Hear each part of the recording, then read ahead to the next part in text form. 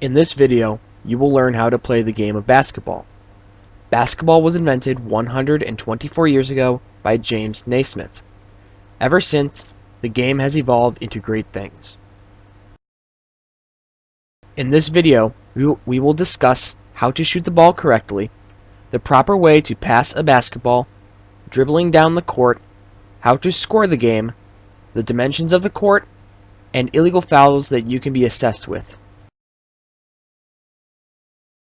When preparing to shoot the ball, make sure that your feet are shoulder length apart. When you get into that stance, place your dominant hand under the ball and your non-dominant hand on the side of the ball. Your knees should be bent when you are ready to take the shot. At that point, push off and jump, releasing the ball using your dominant hand only. Your non-dominant hand is only there to help guide the ball. Do not shoot the ball with both hands like you are throwing the ball. In the following video, watch the shooter's hands and feet. His non-dominant hand, which is his left hand, is supporting the ball, while his dominant hand shoots. His feet are also shoulder length apart.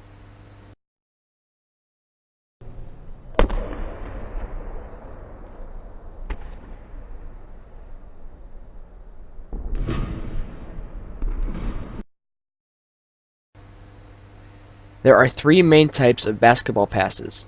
The first is the chest pass. A chest pass is when you throw the ball from your chest to the receiver's chest in one motion, without the ball touching the ground. The key to this pass is to push off with your thumbs facing down when you pass. Make sure it is at their chest and not lower or higher. Next, a bounce pass. This pass involves the ball making contact with the ground to get to another player. You should push down into the ground and have the ball make contact at about 3/4 of the way between you and the receiver. You want to pass to take one bounce only and above the waist. The overhead pass is when you bring the ball and release the ball with two hands while maintaining a position above your head. This pass is used for longer passes. Accuracy is not as important with this pass. In the following video, watch how Mark passes the ball. This is a correct chest pass. He steps forward, releases the ball with his thumbs down. It reaches the receiver at his chest.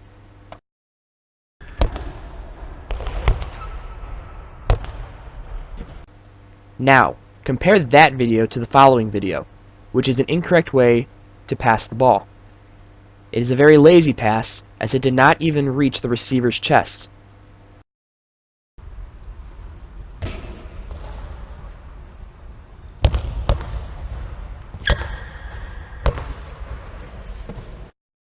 Dribbling is the most important part to the game of basketball.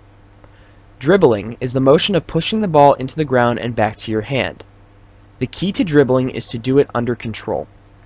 Make sure you are not bringing the ball above your waist and not too far in front of you, that you won't be able to control it. The key to dribbling is controlling the ball.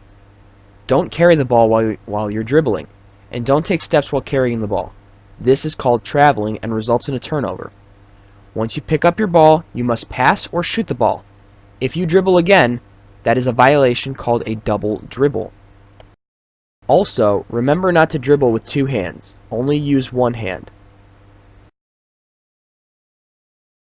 In basketball, you win based on the amount of points you earn over the span of 4 quarters, or in some cases 2 halves. You get points by making certain types of shots. A field goal is a successful basket during the normal play of the game. These are either worth 2 or 3 points depending on the location of the shot. A free throw is earned by drawing a defensive foul. These uncontested shots are worth 1 point each. Depending on the amount of fouls your opponent has committed in a single half, you may be eligible for bonus shots. If you make a basket and draw a simultaneous foul, you receive the points for the shot plus 1 free throw, which is normally called an and one. What you see here is an example of a basketball scoreboard. This scoreboard is used in a 2-half game. Notice the B on the left side of the guess score.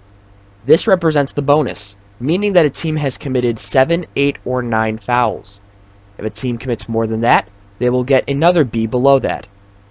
Also notice the arrow pointing towards the home team's scoreboard. This represents the possession. In case of a held ball or at the start of the next period, the ball will go to them based on the possession arrow. In this clip, you see Coach Kalman is attempting a free throw. This is a diagram of a regulation basketball court. The dimensions of the court are 84 feet in length and 50 feet in width.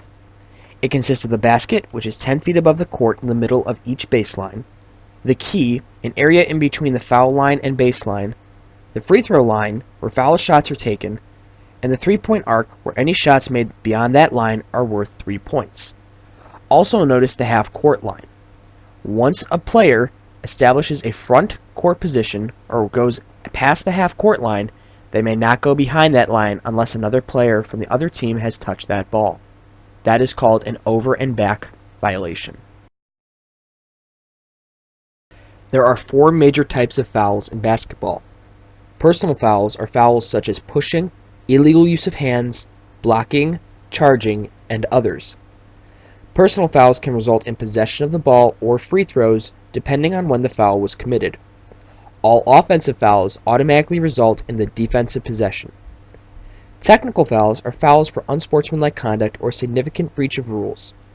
This includes dead ball fouls, 6 players on the court, illegal removal from a game, etc.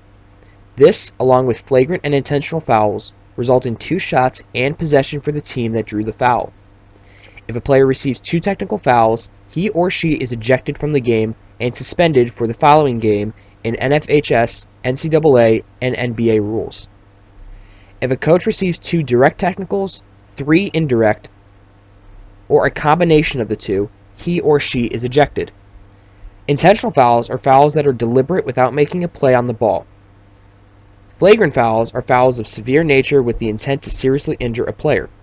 This foul, along with a technical foul penalty, carries an automatic ejection and in most leagues a 1-game suspension or higher.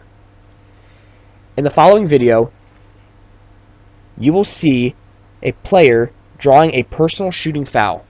This is an and-one situation where the ball goes in on a foul shot. Tip by Barry, who's been very active, into Page's hands. Page will sprint front court, stops on the right wing. Now a jump stop in the paint, throws, contact. How in the world did he get it to go in? You've got to be kidding me. In the next video, this shows 2 instances of technical fouls. Both players were ejected because it was their second technical foul in that game. That's had a big impact on games 5 and 6. Only 20 minutes, 4 points in game 5 as a technical foul on Barnes, and Barnes better be careful. He's out of the game anyway. And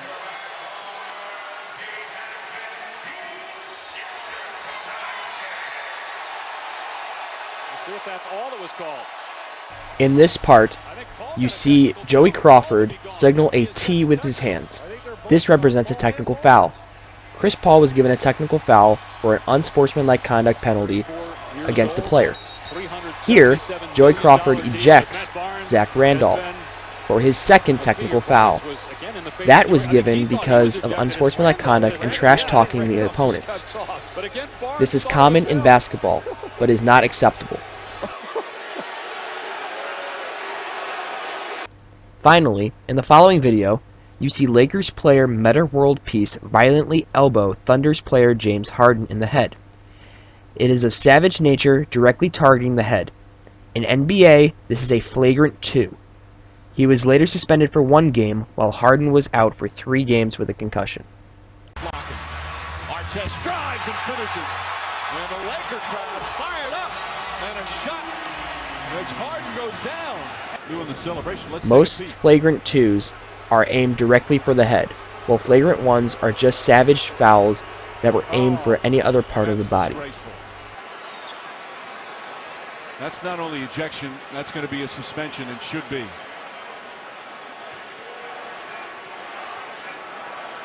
What a disgrace.